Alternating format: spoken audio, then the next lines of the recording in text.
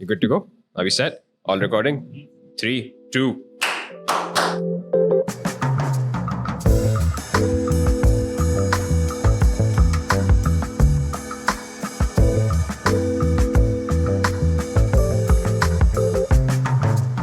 What's going on, everybody? It's me, Asad Hashim Ali, back again with another episode of Behind the Grind, the show where I sit with cool people doing cool things on a regular basis. People whose grind I admire, people whose hustle I admire, people whose story I admire. And today is someone who I've been following, and I'm sure many of you, when you see his face, will also be like, I know this guy. I've seen him. There was once upon a time when YouTube was banned, and he migrated from YouTube onto Facebook, shattered the internet at a very young age, and now is doing things that you would not be able to think about. I called on Salman, and sorry, hello Salman. Thanks for coming on. Thank you so much, Asad, for letting me be here. My pleasure. Thanks for accepting, by the way. I didn't expect, so when I messaged you, I didn't expect you to reply or get back or anything. So I'll tell you a secret. I saw Suhail Zindani on your podcast, and I sneakily went and liked that particular thing. So maybe if you would be interested, you would invite me in. Oh wow! And अच्छा, it तो worked आपकी in भी that ये way. ये intention थी Yes. आपकी. चलो, good. I'll take it. But so I called on Salman because he's doing some fantastic work in the retail space, in the e-commerce space, and seeing your early work, I was always like, okay, there's always it's a very interesting take on how skit comedy was being made online, and it was kind of like a reflection of society even at that time. And today also, I feel like there's still that market available, and that's what consumers also end up resonating with and find as sticky content. But I don't want to get into the whole content side of things. I actually wanted to first understand that, just as a disclaimer for everybody, Salman is also the founder of Manto, our retail brand, Wear Manto. Very aesthetic, very beautiful, minimal clothing and accessories as well. And that's actually what I want to understand. How has your life as a creative evolved over the years from YouTube content to now running e-commerce and retail and aesthetic design, fashion? So how my life changed, or how my transition has been, is that I feel that a job of a content creator, whether it's funny skits or creating some valuable sort of lessons, or any other, maybe doing stand-up comedy, is also a form of some sort of marketing, because you have to engage people, you have to seek their attention, and then you have to get them enrolled within your content, to get them to consume it, to get them to spread it, to get them to talk about it. So the fundamental basis has always been there, regardless if it was content creation or fashion creation. But so that's what kind of connects the two between those particular things. Okay. And over the years, how do you feel people have changed?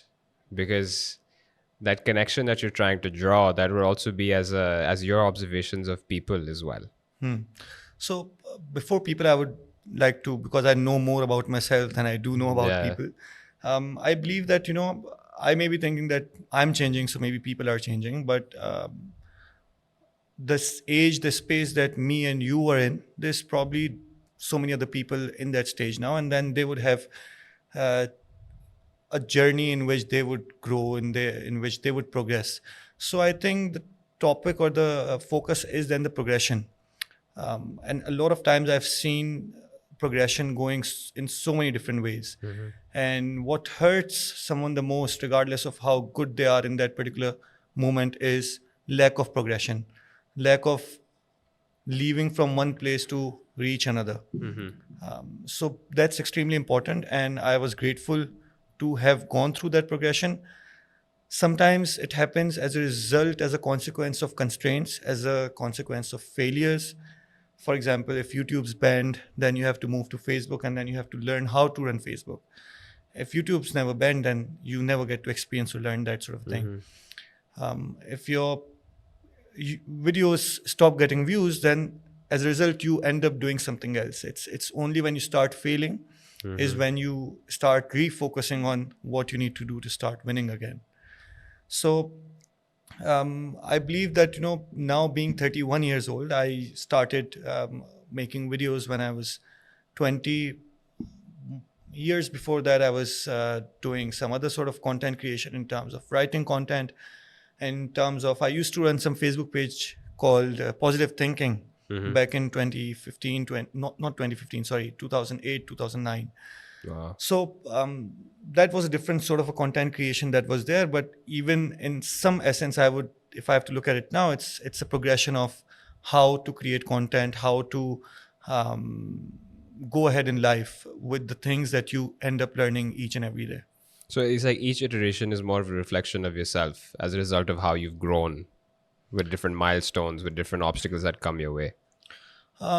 Indeed, there is some sort of reflection of myself, but then there's a lot of external elements that come into play. At some point, even though there would be hundreds and thousands of views, there would be someone else with millions of views. And I would be very upset that, why am I not as successful as that other person?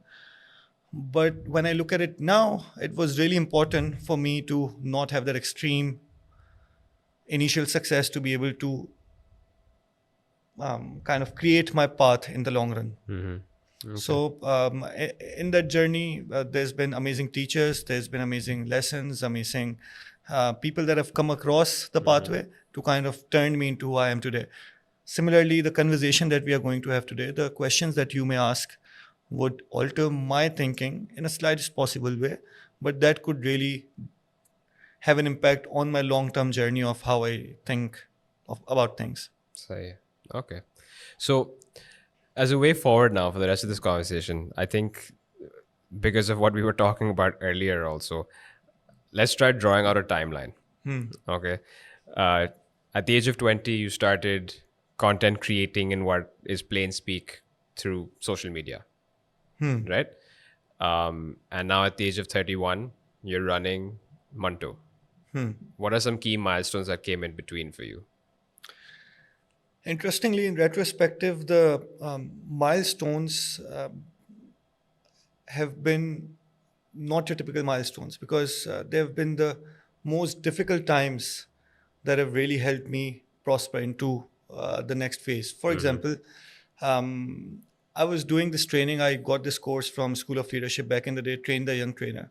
And I ended up talking to people. I was doing this particular session one day in which I was telling them about some guy who always had ideas but never did something. So if you have a dream, if you have an idea, you should go and do it.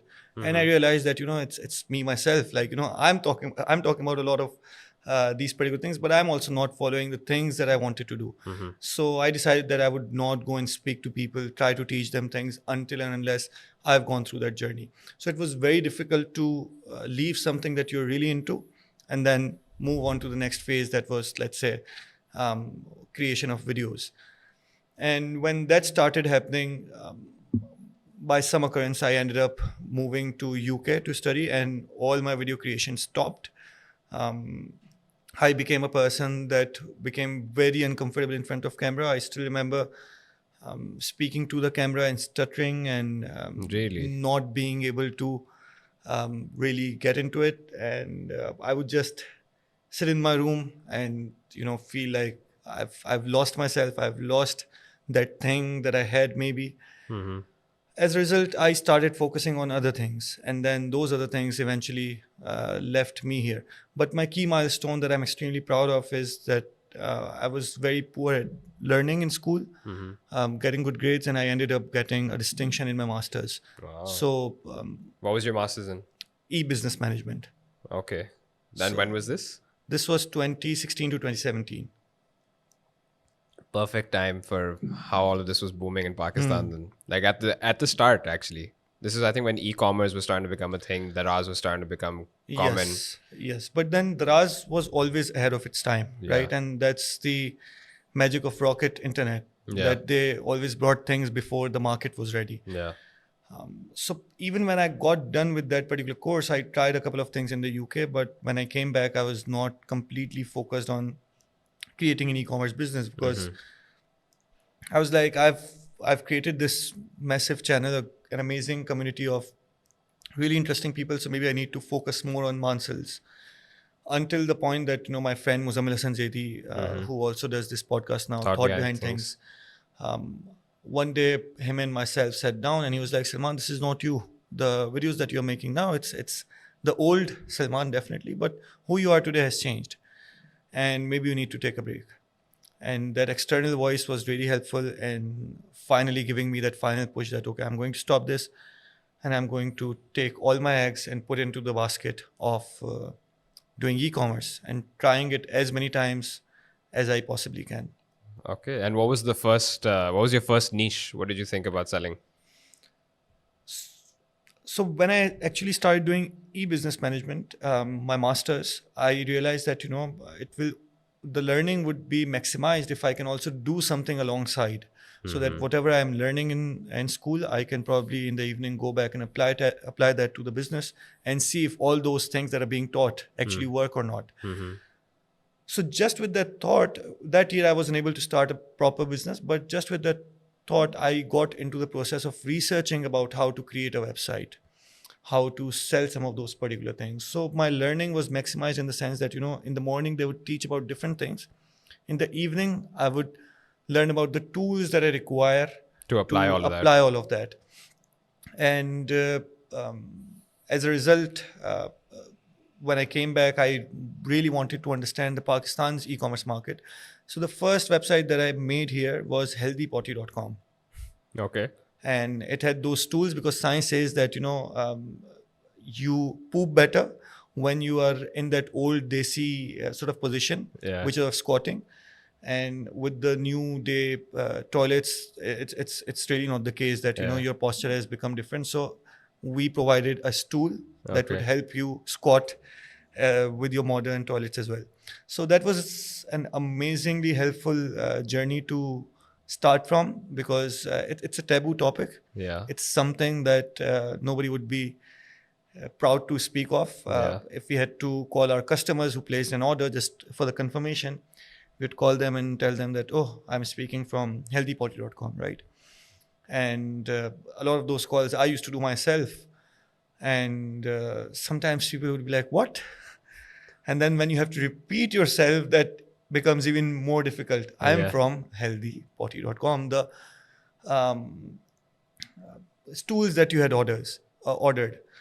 So once I went through that process of doing those particular calls, so it was much easier to do the conversation on calls about Manto or about any other products that we have had to create otherwise. We started selling like 300 to 500 stools a month. Okay. It seemed like a product market seemed fit. Yeah. Because we're in Pakistan, people, especially in Karachi, people love spices.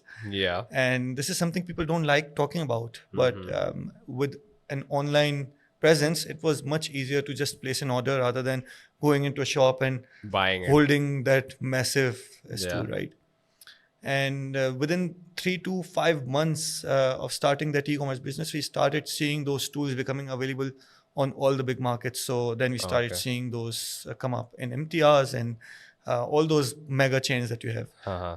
at a much lower price, There you go. because the way they procure is very different to how Yeah. a new business would do so. Yeah. So that was a very interesting experience to begin But with. this was basically like, in a way, was it drop shipping? Order from China and get it directly over here? No, so I found, so this was something I really wanted for myself, right? Okay. There's a global brand called Scotty Potty, which does sales over $100 million, I think, in a year or something. So it's not only us with this particular issue; it's a Everyone. global problem. Yeah. So I really wanted one for myself, and I found a supplier in the import markets of Karachi, which is Joria Bazaar. So I got one for myself. I did the photography and all those particular things. And I had another friend with me on this, who was also at the time trying to learn e-commerce. So the first one that I sold, it was based on my picture only, and I did not have anything in stock. So I called my supplier. I called the guy I got it from, and I was like, I need some. He was like, how many do you need? And I was like, 24. He's like, I've only got 12. I'm like, all right, can you please get some more, because I'll need. So I gave him some advance. He got maybe 5 to 8 dozens. Meanwhile, we just tested different ad sets. We tested different ways to reach people, different ways to communicate after the product was delivered. So we would send an email or we would call the customers after a week. What do you think about this? What can we differentiate about this? And surprisingly, a lot of people, once they received one stool, they started ordering like a dozen more, 5 more, 6 more, because there's apparently a lot of toilets in the same household. Yeah. And it's if you have not tried, or if you have not tried, I would really recommend you to go try it. It may be available every other place, in so many different places now.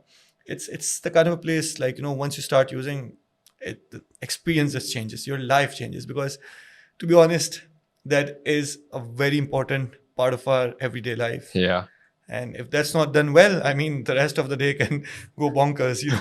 I'm a bit amused, but I can see like how it must have been. Like you must be stressed out, like यार माल बिक नहीं रहा है, आगे बढ़ नहीं रहा है, और या माल है नहीं बेचने के लिए, और सामने से you also have to get feedback from your customers के आपका experience कैसा था. What a weird conversation to have about, Yeah, a lot of people bathroom would visits. just not answer. Would be like, "Oh, we are busy. Please stop calling us." Yeah. But in that process, another thing that we learned, like, we tested 5 different courier companies, and we realized that we made a score sheet. So, in how many days this courier company is delivering, and how many of those were delivered broken, because it's a fragile item. Okay. What were the cost of each? So the idea behind doing healthypotty.com was not to just sell more stools, but to learn the local market, to give a challenge to ourselves that, when we can sell a product like this, hopefully there's other products that we can sell in a certain format as well. And the whole operations, the processes that may be required, we can just learn about them, because the stakes are low in terms of failing. So when was this? This was right after your MBA? No, this was around 2018, 2019. 2019. And this was your first business? So this was... I had attempted a couple of other businesses first, e-commerce only, right after my master's. So I had a friend with whom we would have a lot of these particular conversations. And then we started a women's sports apparel brand. We got some products delivered from China, and then we did our local photography, our own photography. From the time that, I used to do photography back in the day, I already had a camera. So we just did some basics of that. We did some storytelling together. She was really good with designing, understanding what sort of things have to be in a certain place on a website.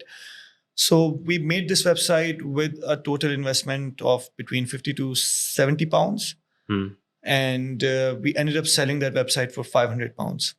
Okay. And then she went her way, I went my way. But that friend now probably does $12 million in revenues a year. Wow. And she has a jewelry brand. She was very good with fashion. She really had the right sort of understanding of the luxury market globally.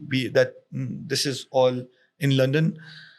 So the opportunities to reach a global audience is also easier in some essence.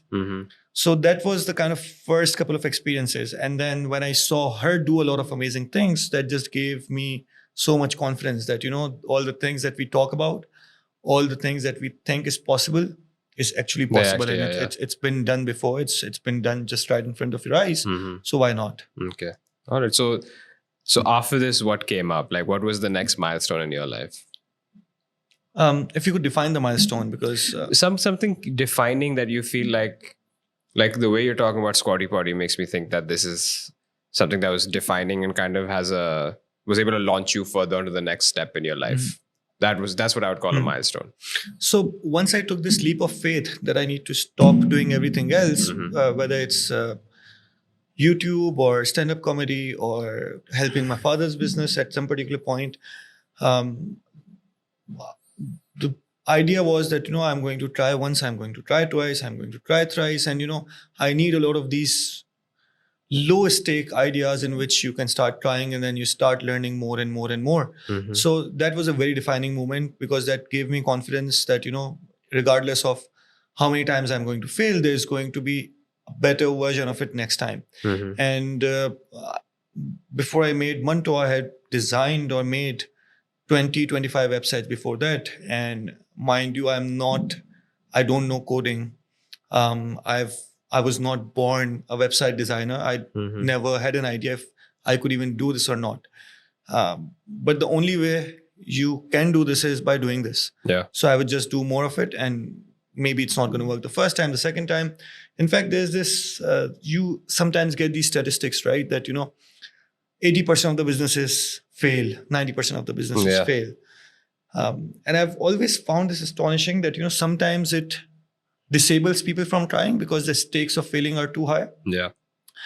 Sometimes people are like, but let me just try, and then maybe I'm in the 10%. But the idea for me was that, okay, if there's 10% chance of success, then I'm going to do 10 of these, right? Yeah. So at least one of those could work. Yeah. Or maybe I could do 20 of these if the stakes for me are even lower, right? So the idea is just to build enough quantity of those particular practice, and eventually it shall be there. Okay. All right. I've built some really stupidly failed websites, stupidly failed e-commerce businesses as well. And being able to accept, being able to understand that they have failed, and the reason why they have failed was also very important to kind of move forward into, okay, if this has failed, then what can work?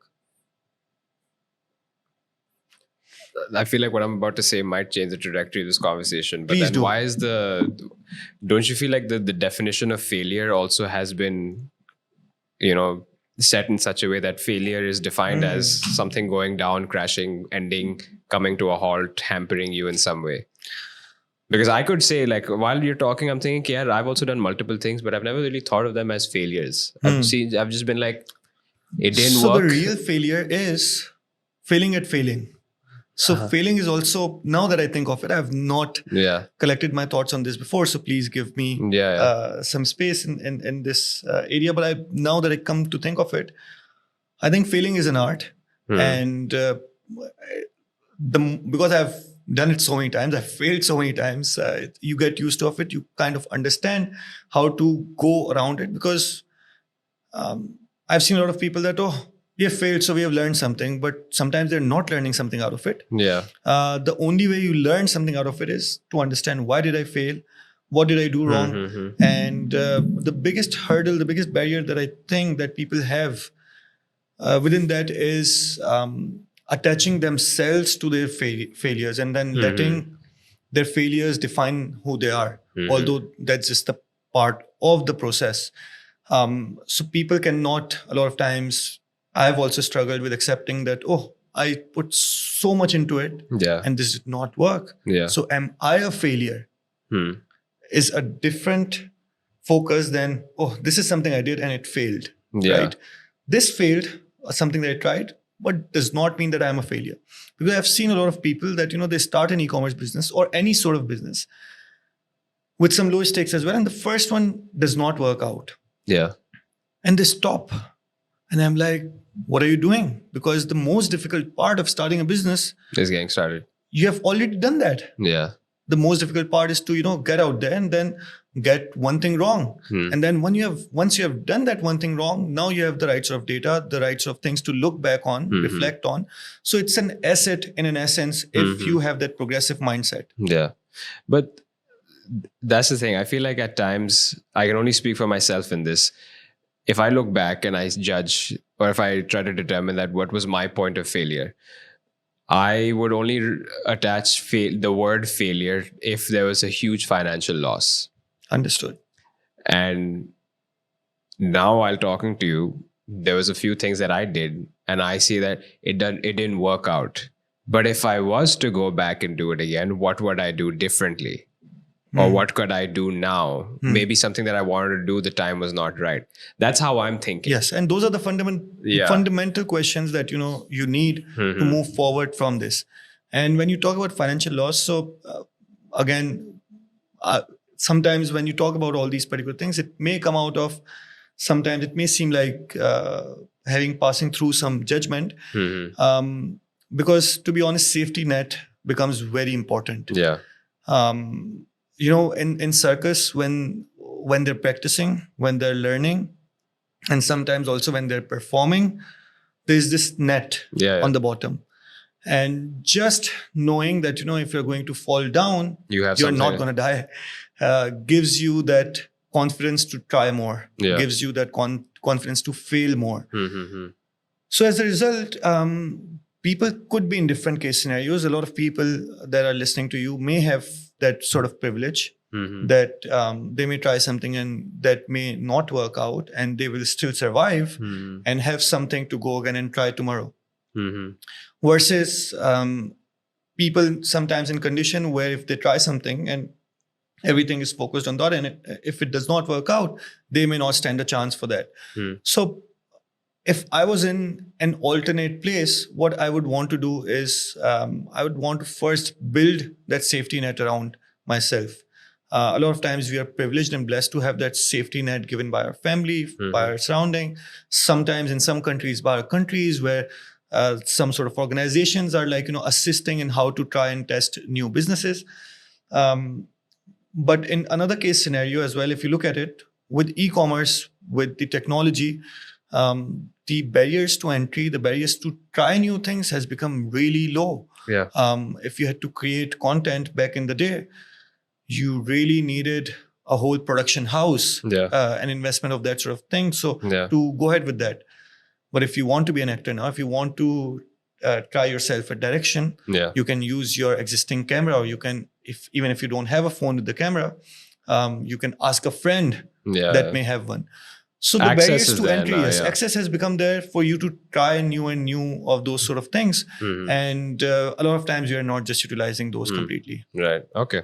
So I want to come into a little bit about the story of Manto now. Because I'm assuming that after all of these iterations in e-commerce and trials, that's how maybe Manto came up. So Manto, in some essence, was always there, in the sense that I used to dress in a certain way. And it was very difficult to find my dresses elsewhere. And then, interestingly, when I started getting them made, from a particular place, my wife started stealing them. And she started wearing my clothes sometimes, which were very minimal, which were very basic. So that expanded my thinking that, it's not only for me, but she's also enjoying it. And then for me, I can still find a couple of shops where I can get this done. But for her, there's no one doing this, and there's no one making any of these particular things. So the first product that was launched for Manto was these sort of kurta pajamas, the ones without collars as well, for everyday wear for men and women. And the thing that, became an instant hit was this among women, because there was no one else. There was literally... Like Khadi used to do it at one time, I remember. Khadi had that plain, solid color kurta going on, but then they stopped. And then even the women were like, where is that gone now? Because... So the advantage that we had at that particular point against Khadi, because Khadi is amazing. Like it's massive, it's huge. But for us, this is all that was there. This was our only thing. So we had the capacity, we had the privilege to focus on this, to improve this product on some essence, and then to build the foundations of our brand on this particular product itself only. That, it's not that we have 10 things and this is one of them that we're doing, but this is the only thing that we are doing. Right. So it just becomes louder. Right. In that essence. So that really helped us push forward. And now also there's almost every other brand has some sort of basics or not. And there's a lot of brands that have just come out doing amazing work, focusing on these sort of basics. And I'm really grateful that now there's more opportunities, more places for me and my wife to shop from. We still shop from Manto most of the time, but sure there's some options, yes. So what was so the gap that you essentially found was that you weren't finding clothes that you would like wearing, right? Did you ever think that you would fashion would be your thing or would be your calling? Or was this something that you gave a lot of thought to growing up, that retail mein kuch karna hai aage jaake, retail ki game on hai? So I really wanted to do something with marketing. And when I talk about marketing, I don't specifically talk about advertising. Like I maybe it could have been a part of this. No, but actually get on that, because that's interesting that you say that. I had Raida Latif. I don't know if you've heard her name, but she's the chief marketing officer and business development at Stock Exchange. Okay. We had a whole marketing and brand conversation around that as well. So I want to hear your thoughts on this. What is marketing for you?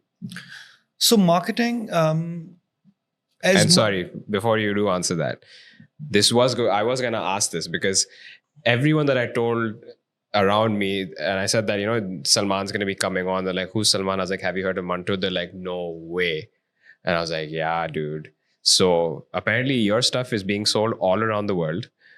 Everybody loves it, and even my mom wow. somehow in her school is like, you know, मैं भी चाहती हूँ कि मेरे पास मंटो का कुछ हो क्योंकि इसके पास है उसके पास है and stuff. So you've done something or the other that people are really reverting back to the brand for, and that they have this trust also to keep spreading and like their jaws drop. Right? There's something that you've done, and I feel like that the answer in that has to do with your marketing philosophy. All right.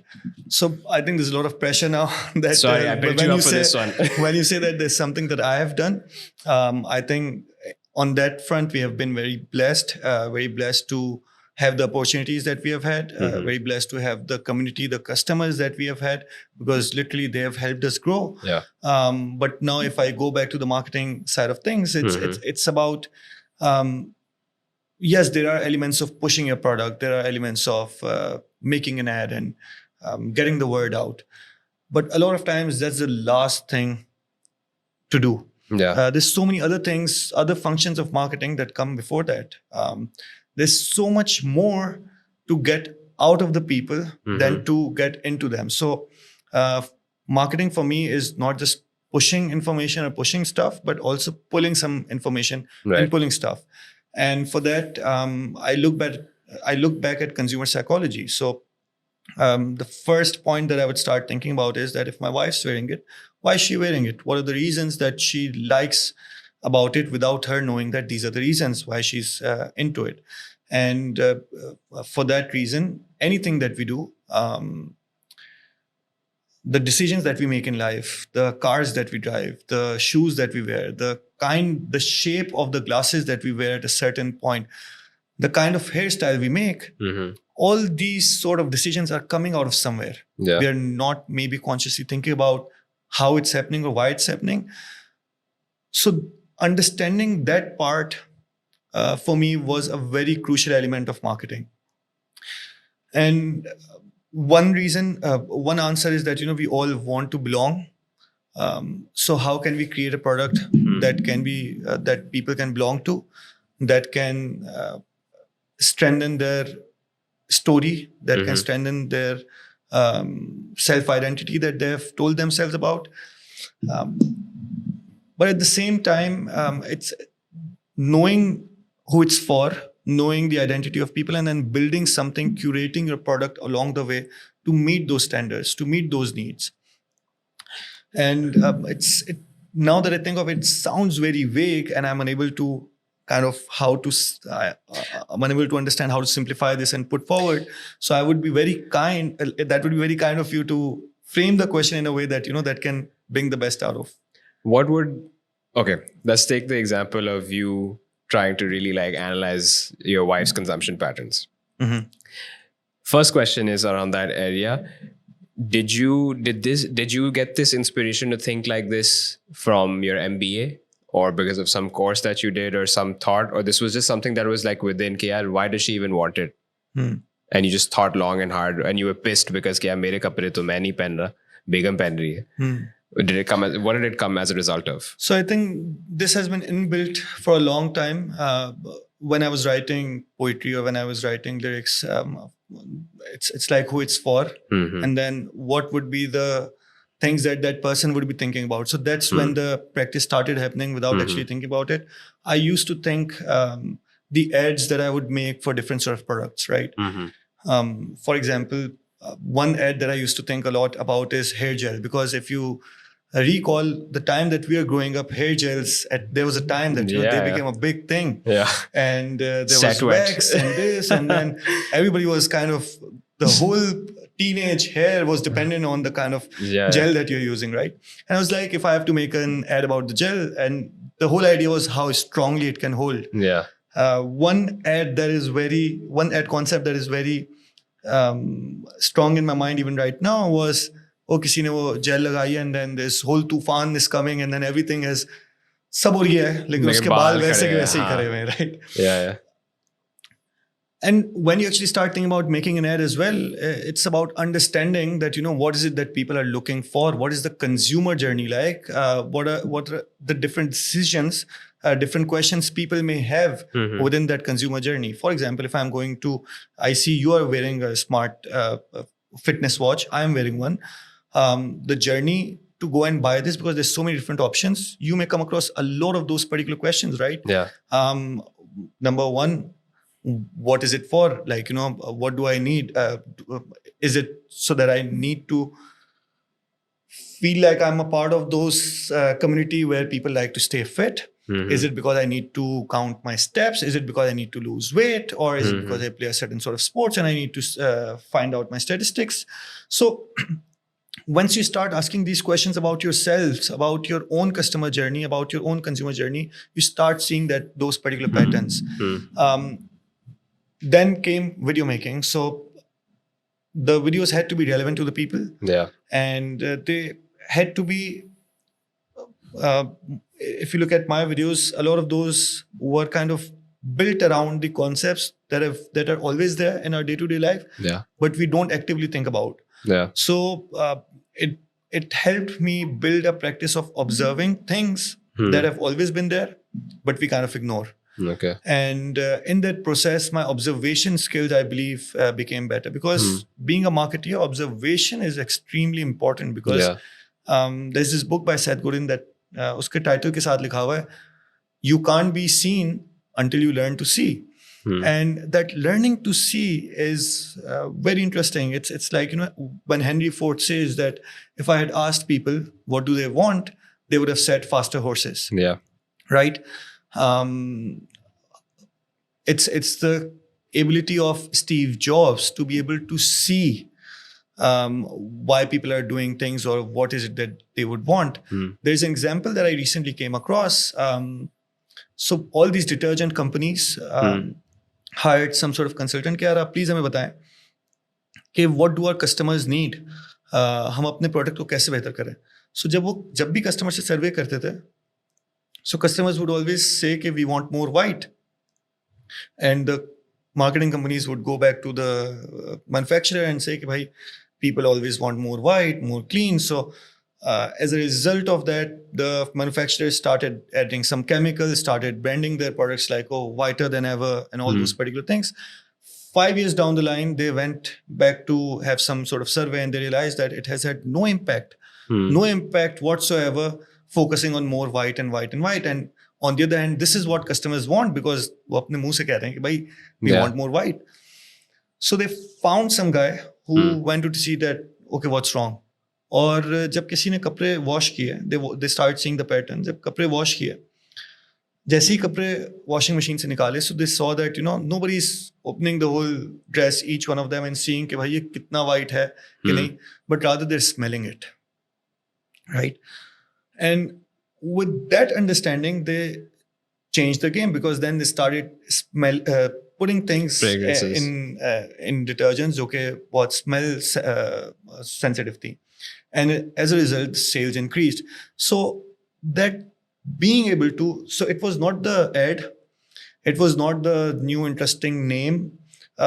Maybe that would be the part of the whole journey, but the main factor was being able to see कि भाई what is it that people are doing, what is making them feel cleaner. And the biggest example is कि काफी मतलब मेरे साथ तो at least ऐसा होता है कि कपड़े वॉशिंग मशीन के अंदर रह जाते हैं, तो वो गीले होके उसी के अंदर एक स्मेल रह जाती है, और अब वो बिल्कुल मुझे पता है साफ है, लेकिन वो जब मैं पहना है ना पूरे दिन, एक स्मेल होती है, I don't feel clean.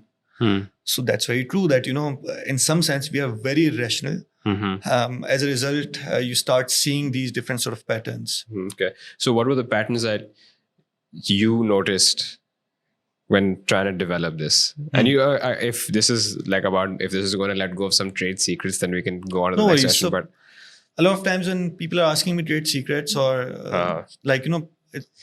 I actually have a motive behind this as well, because what you're doing is that you are essentially trying to collect the insights of what your customers want, but also what is it that they need but don't realize they want right now. You're trying to find the middle ground between these two by virtue of questions, behavior patterns, tracking, all of these things. And I'm in a very similar position right now with my own business where I'm trying to understand what is it that our customers use, why do they use it, how do they use it, but what is it that they actually need right now that they haven't even been exposed to in the first place. And I want to understand your process to that. So there was some, for example, challenge in getting the people on board for the first time, right? And now if we put like this whole big chart paper on the table to kind of do all the checklist for the marketing of how when we were starting. So people are afraid of trying new things. We don't like a lot of changes.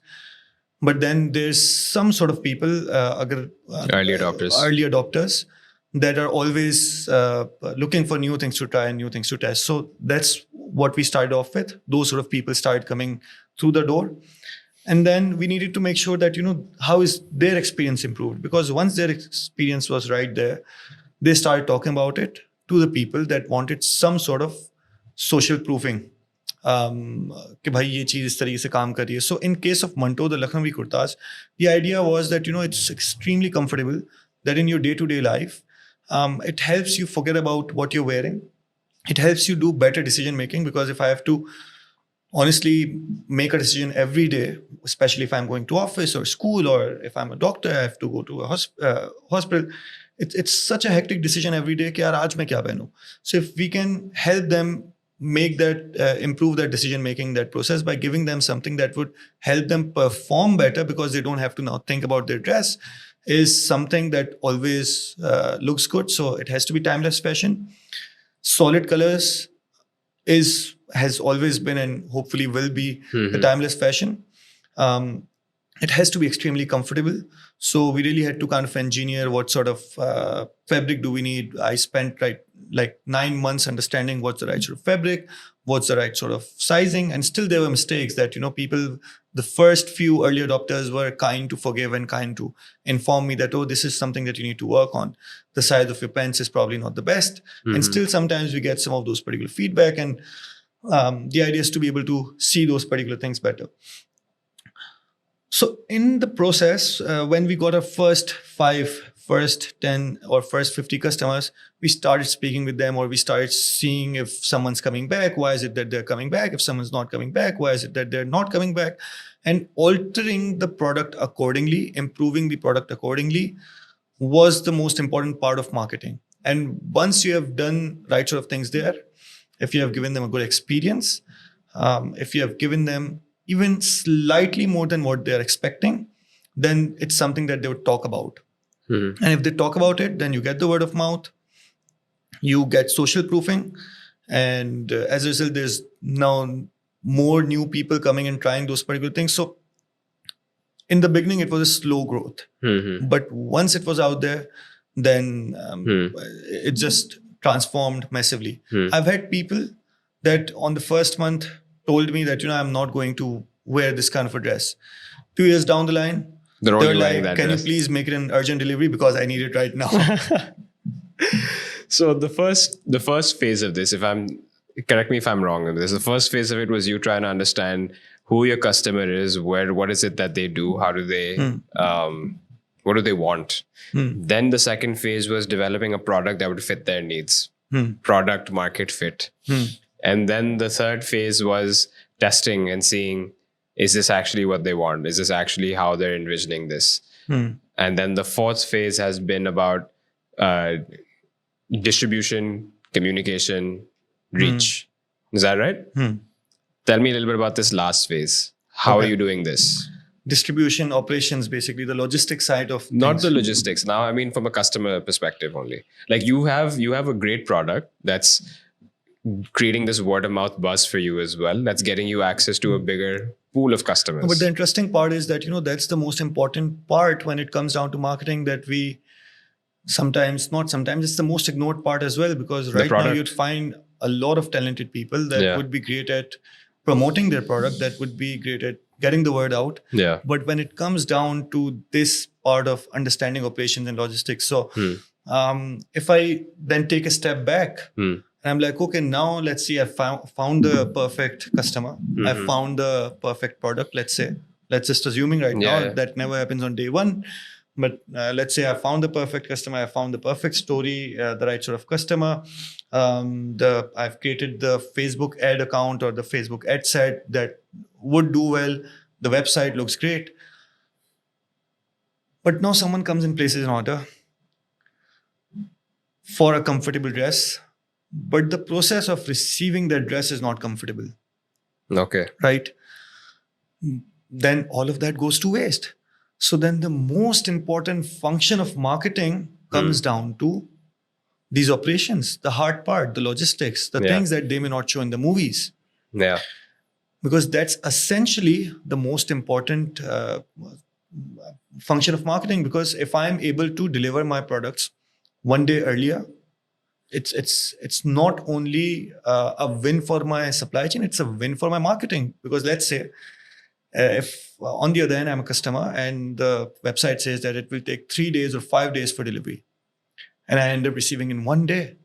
That's amazing. Is it only the delivery that has changed, but my feelings about the product that has changed? And if my feelings have changed, if my excitement has changed, then there's an element of marketing that has done. Yeah. Because now I would talk about it. Now I would feel better about it.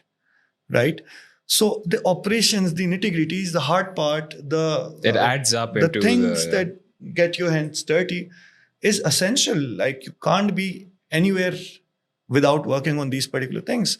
Only yesterday I posted this sort of thing, this video on my Instagram as well, that everybody wants the tallest sunflower.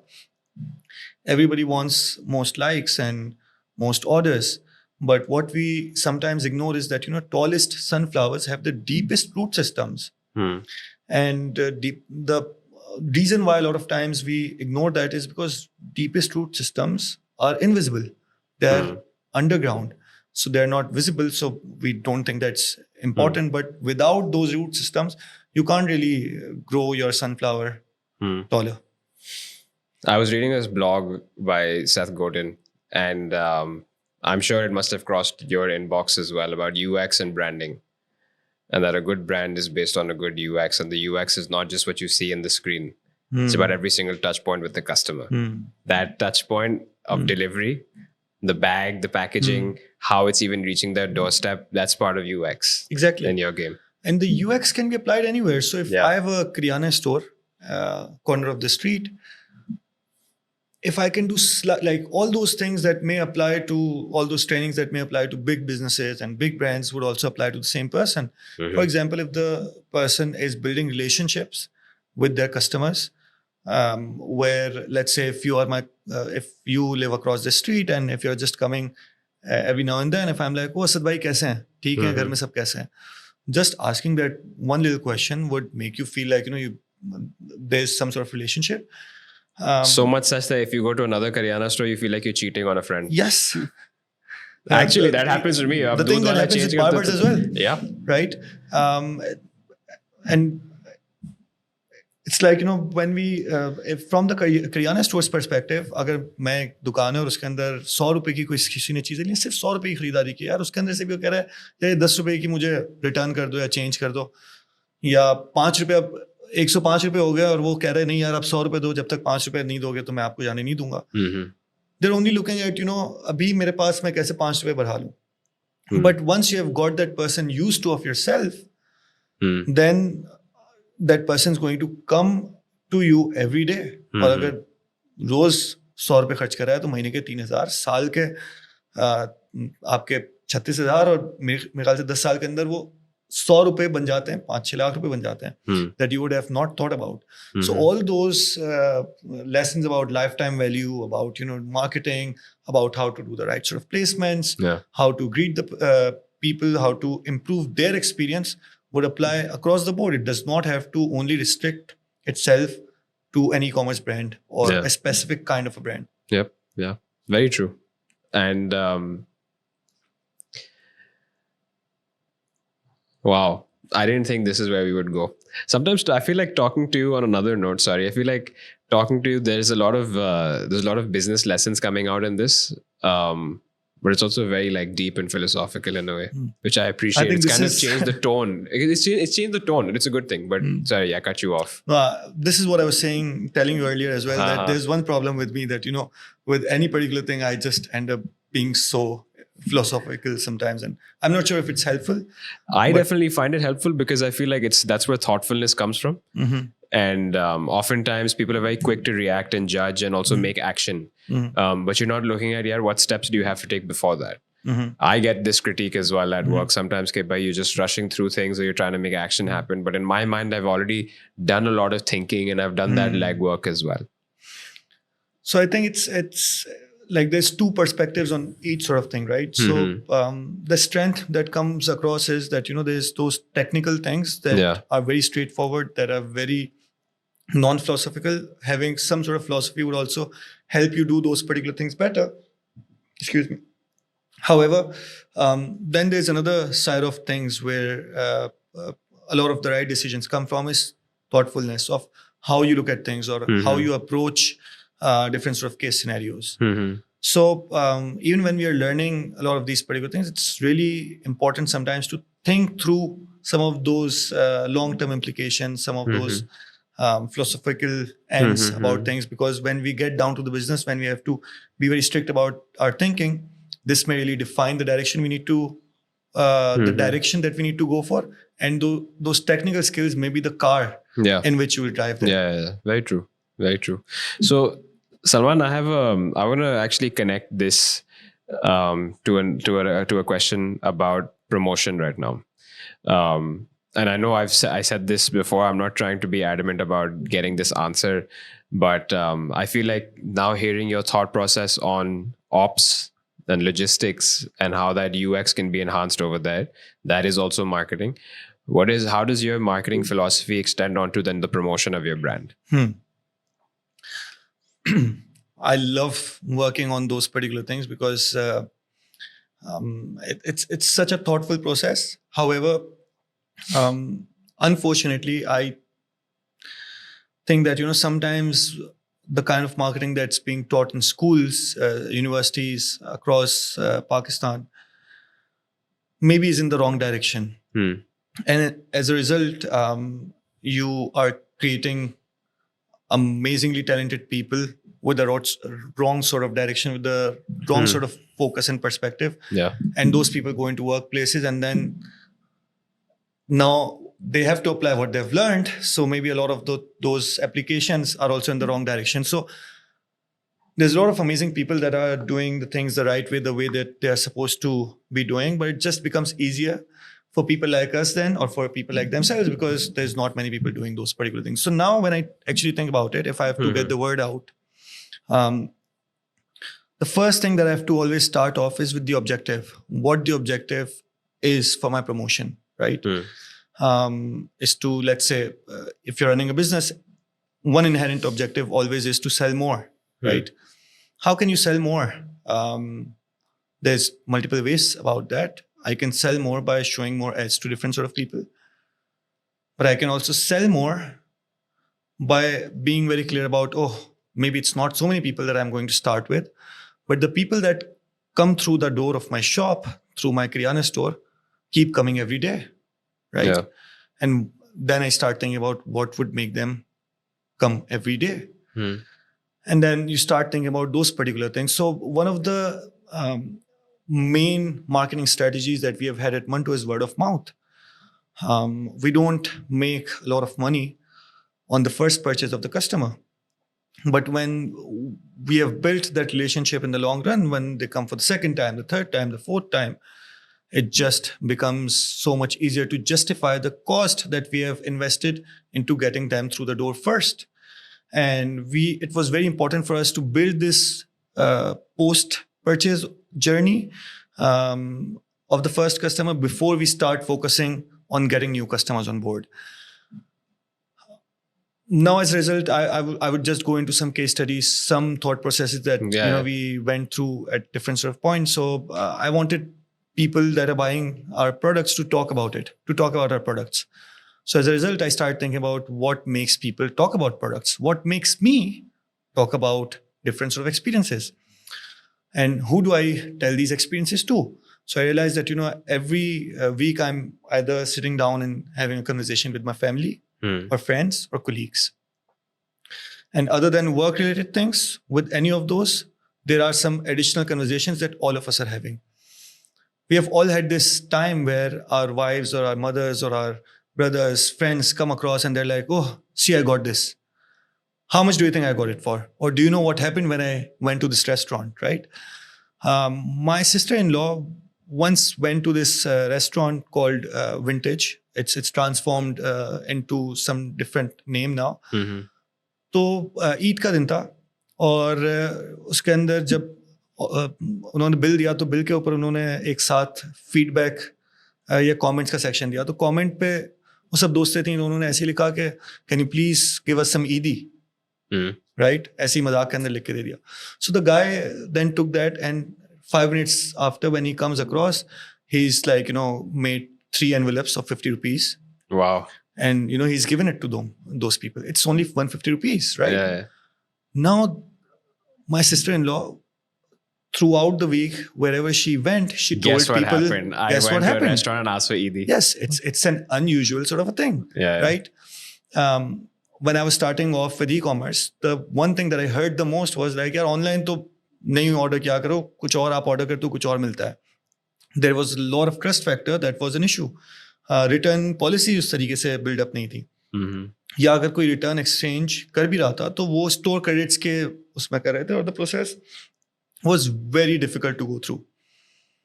So it just made our life very easy that, if we can just make this particular process easy of अगर किसी को return करना है तो we have to kind of build a process कि वो return करे and they still talk about it. Like, they go and tell their friends and family, they're like, oh, you know what happened? We ordered this, we returned this, and we got our money back. And they also paid for the shipping back to, that I had to pay for, back to them. Yeah. And the product had no issues. It's just that I did not like it when it arrived on my door. And others are like, oh, how is this possible? It is definitely possible and it's happening around the globe. Yeah. It was not happening as much 4 years before in Pakistan. Or there would be things like, once the order has been delivered, we would send a message. So there's one thing that was happening a lot with anyone that was sending their orders. They were asking the customers to tag them. They're like, oh, can you please tag us on the post? Or can you please do all those sort of particular things? So let's understand the objective is to get people to talk about you, because one way is to tell people to talk about you. The other way is to understand what makes people talk about you. So in that thing, we did not mention, how to talk about us or do any of those particular things, but rather we said, we hope that, you have received your order in the right sort of condition. If there are any issues, please let us know. And we also, at the bottom, we also added our Instagram. In no place we told people to talk about us, but they felt that they were taken care of. And then once the order was delivered, 7 days after, it was much easier then because the number of customers were less. So we were able to send everyone a personalized message, and we would write all of those messages ourselves. So after a week, we would message that customer on the WhatsApp, oh, have you received it? We hope that there is no issue, right? If there is an issue, please let us know. And they may be expecting that now they're going to ask us for promotion. Now they're going to ask us to post about it. And then we don't do it. And they're like, oh, wow, this is not what I expected. As a result, if you give people slightly different than what they were expecting, whether good or bad, they will definitely talk about you. And you think that the time will come for you to ask? Sorry. So you were giving, right? Like if you follow Gary Vee, then there's that concept of jab, jab, right hook.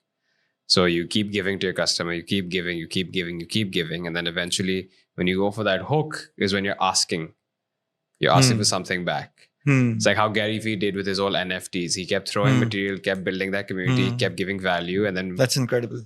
Right. So over here, do you feel like you are at that point, or have you already tried that? We've given so much to our customers.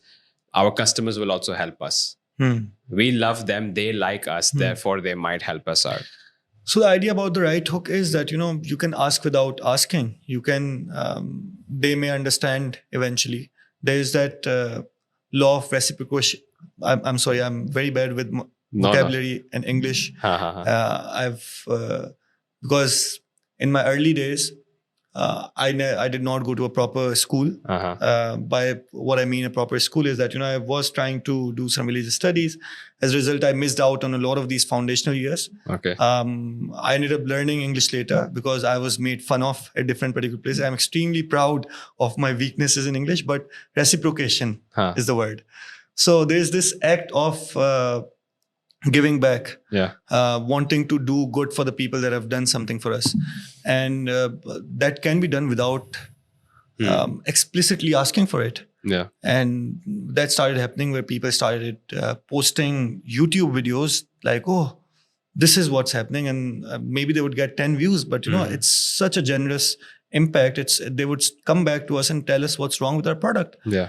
And that's also very generous of them because it takes a lot of time. It takes a lot of consideration to kind of be like, oh, I got this from you and I care for you. This is why I'm telling you this. Because when we talk about helping, it's not just about, promoting us, but also coming back and improving a little bit of our products, of our services. So right hook has to be there, but it does not always have to be explicit. Sometimes we have been very explicit that, this is the help that we need from your end. Would you be up for it? For example, the pictures that you have shared, they're amazing. Would you please share them with us through email? And they would gladly do so. Okay. So yes, it comes. It does definitely come. So where is, I don't want to take up too much of your time, but just a few more questions. So like, where is now Manto standing and what's in the pipeline for you in the business? So this question I've started getting a lot now that, where do you see Manto 5 years down the line? And one answer that I repeat is that, there's so much certainty and there's so much uncertainty. I don't know where we'll end up. Nobody knows. Even if I do plan, I'm not sure if you're going to end up there or not. But we are very certain about the things that we need to try, the things that we need to test. So we really want to enjoy the process of going into retail, making some mistakes, understanding what can we improve within the retail landscape, the retail experience. But at the same time, we also want to start testing things globally. And now we are already there. So Alhamdulillah, Manto is doing local shipments throughout GCC. We have warehouse in Dubai. Wow. Do you have a warehouse in Dubai also? Yes. Okay. So there's a lot of things that, go from here as well. But then there's also a tiny warehouse where those things can be combined or sent forward. We have a warehouse in UK. We don't have a specific place to ourselves. But again, the barrier to entry, the cost has become so low because now there are companies that would have a whole warehouse and they're very good at the work that they do. Whatever order that you receive, you first go through this whole process of 2 weeks of telling them, setting the barcodes up, telling them that, this is how it has to be packed. This is how the return has to be checked. And now they are doing that for us. So we have that's an outsourced operations basically. Yes. Okay. So we have that sort of operation in UK, in GCC. US has been our biggest market since day one because in places that is away from Pakistan, it's just become more of an identity as well of who we are. Yeah. Something to be proud of. So we really hope to start our local operations in US end of this year or early next year. But local operations in the US would mean like manufacture there as well? Or no, not manufacture. Like have a retail outlet. So this or some is presence? an asset that we have as a country. Like, we are a textile exporting country. Unfortunately, for the longest time, other than one or two people, other than one or two brands, we have just been making clothes for other people, which is a great thing. But there's a lot of value on the other side of the bridge where you're the person that is what people are buying. Yeah. Not because it's made in a certain way, but people are buying it because it's Manto. Yeah. And then we also have this back-end strength in Pakistan that we can get the right sort of things created for those sort of people. So, yeah. So when did it start? Manto started how long ago? So officially it started 2020 Ramadan, so right after Okay. COVID. But one thing is always there, that everything starts way before it starts. And when people tell me that, oh, I want to start a gym at some point, or I want to start a restaurant, or I want to start this business, one advice that I would always share is that start before you start. Start 6 months before you start. Start a year before you start. They're like, what do you mean? So start thinking about the customers that you want. Start thinking about the different styles that you may need, the different sort of themes you may want to have in your restaurant. Start thinking about how the training sessions are going to be in your gym, so that hopefully when it's the right time, all this work of thinking through things, you have just gone through so much of that sort of content that now you just have to make those decisions, and you have built those assets. You have built that capacity to just go into it now. And when I talk about, let's say, now it's finally that we're going to retail. From day one, for the last 3 years, I've thought about how the retail store is going to be. And now when it's finally, you have to call the shots and make those decisions, it's incredibly fulfilling sort of a process. And I just hope in that journey of wherever Manto gets to be, there can be more of these processes in which we get to learn more, we get to challenge ourselves, and we always need to have that sense of accountability and responsibility that we owe to the community of Manto, that we owe to all the trust that your mother has put in, or her colleagues have put in, or people across the globe where they're using it as a part of their identity. So it's a great feeling, but it's also there's some sort of responsibility now, and that's very challenging to follow through, because if you have written the best-selling book, it's so difficult to write the next book, because there's one sort of pressure that's attached to it. So I really hope that this pressure, these constraints, these fears, these issues become the driving force for us. Because from day one, it's the mistakes, it's the failures that have helped us get back on. They've helped us, that sense of taking responsibility has helped us do more than we could ever imagine that we could. When I talk about logistics operations, God, I never wanted to focus on those particular things. As a marketeer, if I thought of myself to be a marketeer, I did not want to sit down and learn about accounting and numbers. I did not want to figure out how to make a plan for production. These many pieces that we have to make. Yeah. And this is how the sizes have to be divided differently. But then one day I decided that, this is the most, if this has to be a part of marketing, then this is something that I have to learn. And because of this challenge, because of this fear of not failing the trust of people that have put the trust in me, I ended up learning things that I could never imagine that I would know. So I really hope that that pressure stays on. As long as that is on, the journey stays grateful, the journey stays amazing. So let's see, for both of you and myself, where this goes. And what about for you? Where are you going? What's not where are you going, but what's your position on your home ground, your home turf? Manto will be global, inshallah. Manto will have its outlets everywhere. Will have its distribution network set up, right, for generations to come, if that's what your goal is. But what's your take on the landscape here, based on the situation that we're in? Do you mean specific to Pakistan? Specific to Pakistan. Okay. So there's two different angles to it. One, sometimes I feel not cheated, but there's that sort of a feeling that, I've been lucky. I've been very privileged. Not just lucky that, Manto worked, but lucky to have had the right sort of opportunities at the right sort of points. And that is the case for a lot of other successful people. Bill Gates, in his childhood, if he didn't get that computer in the... Yes, he was in only one of the rare schools that had a computer. Yeah. Right, at that particular point. So sometimes when I'm speaking to a lot of different sort of people who are much smarter, who are amazing at what they do, or sometimes even people that may not apparently seem smarter. I feel that, um, they could be the ones starting Manto or other amazing or big sort of businesses. But it's that sometimes lack of accessibility, lack of privilege. So I really hope that, if I've learned something, I can share that on. And if there's any way we can create that sort of privilege, we can do so. As a result, you are taking your generous time and sitting on this podcast. And I'm also fortunate enough to sit down and talk about these particular things with you. So that is one direction that, we have to kind of expand this sort of accessibility to right sort of thinking, right sort of information, right sort of questions. So as a result, what are different ways I can do that? I would love to, at some point, want to go into teaching.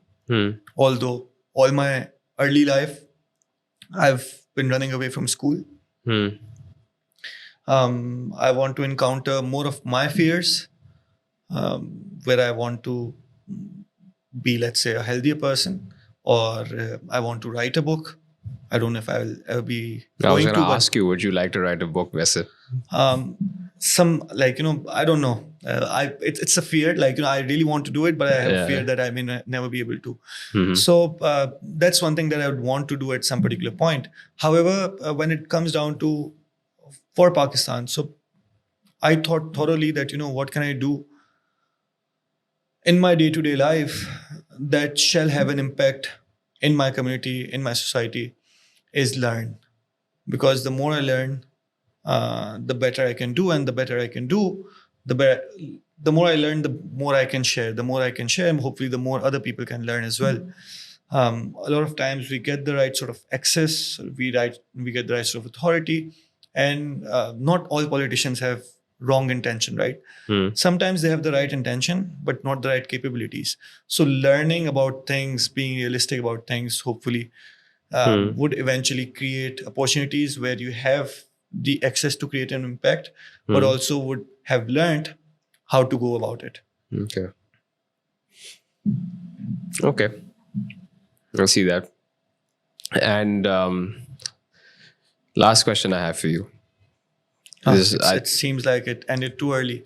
We just started. We're just getting started. Yeah, I just saw the time, and I think this is the first episode in a long time that's gone beyond an hour. Sorry, guys. I don't know how you feel about this. Feel free to cut things that are irrelevant. No, nothing's going to be cut unless you ask for that. But it's fine. But that's what I also like about this. Like, it's something that's raw as well. The valuable pieces, of course, stand out. And that's, I think, what people stay on for this as well. But coming to the last question, if you could go back in time and meet your younger self, what would you say to him? Read. I've never been a reader. For 30 years, for 29 years of my life, I told a story about myself to myself that I'm not a reader. I learn by watching things or watching videos or by doing things. And I feel so stupid sometimes to not have made the most of this amazing opportunity that all of us have been blessed with, and not just read a specific kind of content, but it could be anything. Like, you could just start reading Tarjuma of Quran, right? You could start reading a story of our beloved Prophet, Sallallahu Alaihi Wasallam. You could read about all the stories of different legends that have passed in the history. You could read about business. You could read about any particular thing, because I sometimes started books and I could not finish it.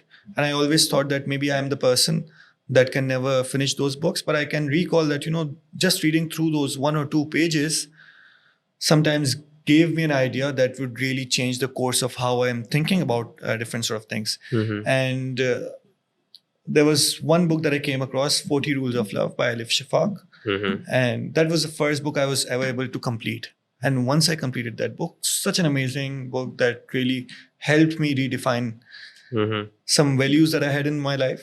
But also that changed the story from, I can't read, to I can finish a book. And then if I can finish a book, maybe I can read another one. And then I tried reading another one, and I just ended up making better decisions along when I was reading it. And there's so much information that had been always there. I was just not thinking about because I had not come across that's a different sort of thought perspective that the writer had given me. So now my 24 hours stayed the same. My day stayed the same. But the decisions, the quality of decisions that I was making changed massively just because of 5 pages that I read yesterday. And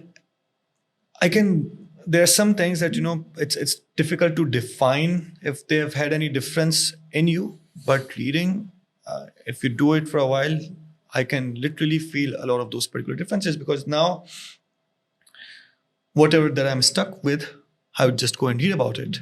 My ads are not working, my business is failing. All right, that's fine.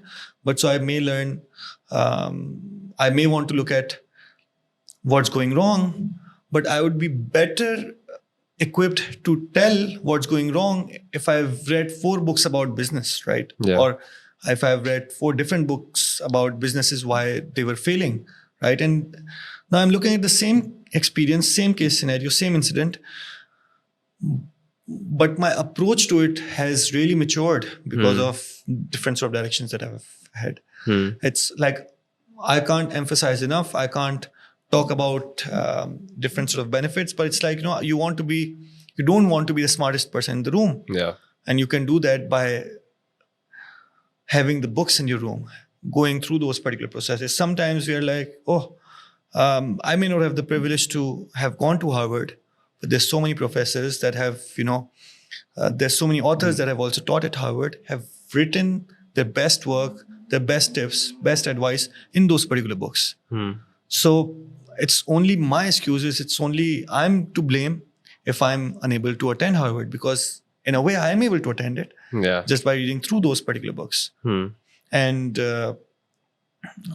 in different times, it's different sort of books that have helped me fill those different gaps when it comes down to operations, it comes down to logistics, it comes down to dealing with different sort of people. Because one thing that happens a lot in your work life is conversations, right? And difficult conversations. And if you're not good at doing difficult conversations, you're not going to be a good businessman, whether you are doing a business in Jodia Bazaar or doing a business in San Francisco, right? Yeah. I read some books that helped me understand some elements of conversations. And then it's not just about reading. Knowledge on its own is not power, but knowledge with action is power. So you read something and then you're like, okay, let me go and try this. And then you go and try this. And then sometimes it does not work. And what does not work is easily forgotten. But what does work literally changes your life for the rest of it. Because now that's the asset, that's the power that you're going to use in the next of your days. So I really wish I started reading earlier. I would tell myself to read. I think we need to have you back on and have a conversation just around thoughtfulness. For every podcast that I've done, everybody tells me that we'll have you back on, but then there's a lot of times people are not only a certain sort of people want to listen to these conversations. So then that next time does not happen. So I'll hold you accountable for this. But nevertheless, we can have these conversations off the camera as well. And that's what I mean, right? Like, so I told you earlier that this is more of an extension of myself, and I do stick by that, because this is the content that is being produced right now is also kind of the material that I need to hear and that I'm also gravitating towards. And having you on doesn't necessarily mean on this podcast for that purpose, to have this conversation documented, but it's to have that conversation started. And it's to have that conversation. There's this power of also having a discussion in a space, right, within a small group of people also, to have that same amount of influence too. If 5 people watch this podcast, they'll leave impact, they'll feel impacted as well. But the documentation is only based on what you perceive that documentation to be. So a lot of times when I'm having some sort of conversations, the conversations that I enjoy are not the conversations where I'm able to share my thoughts. but are the conversations where I'm able to build my thoughts. And that's one of the reason why I'm also in this particular podcast, because to be honest, in day-to-day life, there's so much different sort of tasks to do. There's so much Yeah. work. It just gets so overwhelming at times. And even if I want to speak more, even if I want to have more conversations, I'm unable to do podcasts as much. I've been receiving some really interesting invitations. However, obviously constraints of time, I have to be very selective of the conversations that I end up indulging myself into. So coming down to select who do I need to sit down does not depend on, how many views are there or how many followers does this person have. But I'm also a little selfish, like, what's there for me to take back from? And when I came across your podcast slightly, I saw that, your questioning was the kind of questioning that would force the other person to think in a certain way. And the answers are only as good as the questions itself. Like, you could have the finest right answers, but if the question's wrong, No, it's gonna be wrong. yes. So it's been a joy sitting down with you. I think there's some of these particular things that I've come across, and I would want to think about those concepts further. That failure is art, and some other things that I would want to again go back and think about. Asad asked this, and I never thought about this. So what am I thought about those particular things? So thank you so much. No, my pleasure. And for it's very being kind such of an you. amazing host. No, thank you. Thank you for coming on. Thanks for taking out the time. I know it's also very busy. And before this, there are a lot of things that we discussed, but we didn't touch. But I'm also very comfortable with that because it's the value that comes out in spontaneity as well. But thanks for your time, Salman. This was great. All right. Truly, Nice to meet you. Thank you so much. Likewise. Inshallah, we'll see you guys Yes. once again soon. We will see you. And check out Manto. Why not? And stay in tune with Behind the Grind. Another episode coming out next week. More coming. Lots happening. See you in the next one. Take care. Bye-bye.